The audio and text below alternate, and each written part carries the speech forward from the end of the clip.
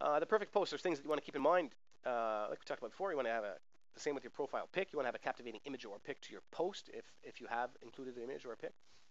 And it has to be clear, concise, and compelling. Okay, the four C's: captivating, clear, concise, and compelling. And you want a call to action in your post, right? So this is, let's say I put up a new article, and the article is the 10 biggest mistakes bar managers make, and I put that link up there, and I want to say something like, hey, check out number 3. You won't believe how many people make this mistake.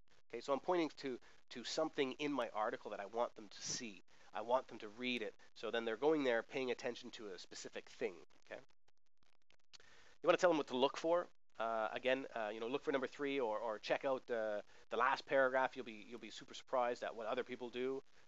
Are you doing this too? Kind of thing.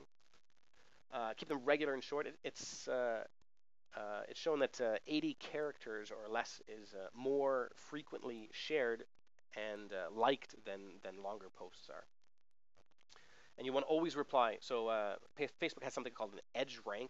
EdgeRank is their way of determining what is important enough to show on the main news feed under under your own personal profile, right? So if I go to like a page, I have a news feed that shows me what all my friends' activities are doing.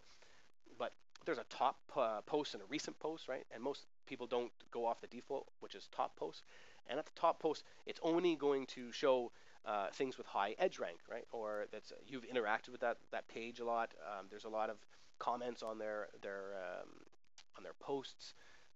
So there's a bunch of different variables that they use for edge rank, and one of them that has a lot of weight is how many comments or how much interactivity is there on certain posts. So just by replying to each and every comment or like or anything any interaction that somebody does on your page, by you as the page commenting that, you're doubling the amount of edge rank you're getting for that particular post. And you want to pay attention to time zones. This is particularly important for us that are in Asia.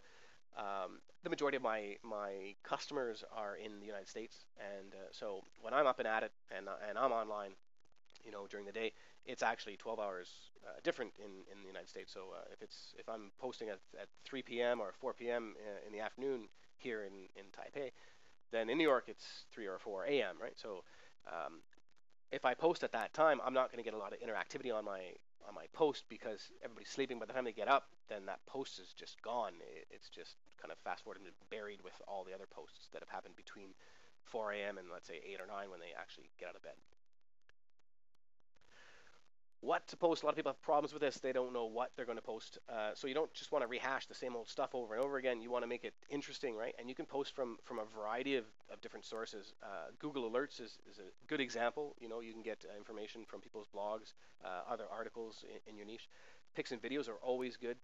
As soon as you upload a video or a new video to YouTube or to your site, make sure that you post it on your Facebook page and ask people to comment on it. Same thing with pictures. And they don't have to be your own pictures or your own videos. You can go into YouTube and choose anything in your niche and put that online.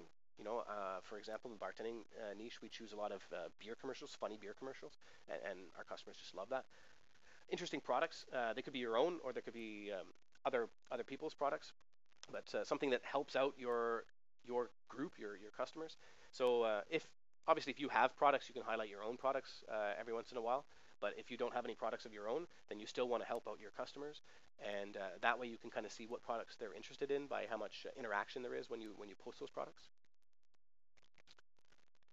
Interesting news articles. We talked about this from Google Alerts, right? You can go in and see all the different alerts that Google gives you for different news that has happened in relation to your niche, and then just read through, find something interesting, and then post a link to the article. Questions are always good. So questions demand interactivity, right? So ask questions about your niche to your fan base, and your opinions. And this doesn't have to be related to your niche.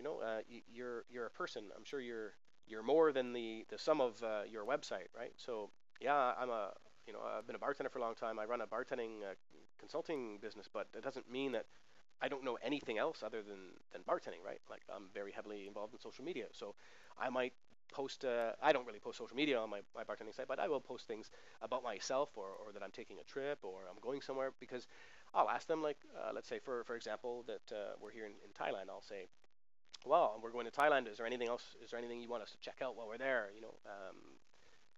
Looking forward to the pictures of the bars and the crazy stuff that goes on in Thailand when I get back. And when to post is as important really as what to post. Again, we talked about time zones. So what day should you post on? Uh, we'll find out that Saturday. Well, right now it says that Saturday is the best day, right? It's the weekend, so obviously you want to post on Saturdays. Some people think you should post every day, or twice a day, or 4 times a day, and it's not so much every day, but we'll get to this in the next slide here. But this is 8 a.m. is the best time of day, right? And then 6 p.m. I guess so people before they go to work and after they come back from work, and then 12 a.m. some people are still up. So that's the time, but how often during the day, or how many times a day? Well, it looks like zero point 0.5 or once every 2 days, or every other day is actually best. And so this means that you don't have to be on Facebook every day, and thinking of what to post all the time. Just set yourself a timetable.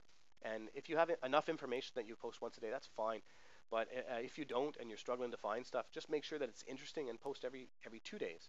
And make sure it's at the same time, pick a time and put it out at the same time every 2 days. And make sure that you follow up and you're there to comment afterwards. Don't post and then go to bed, for example.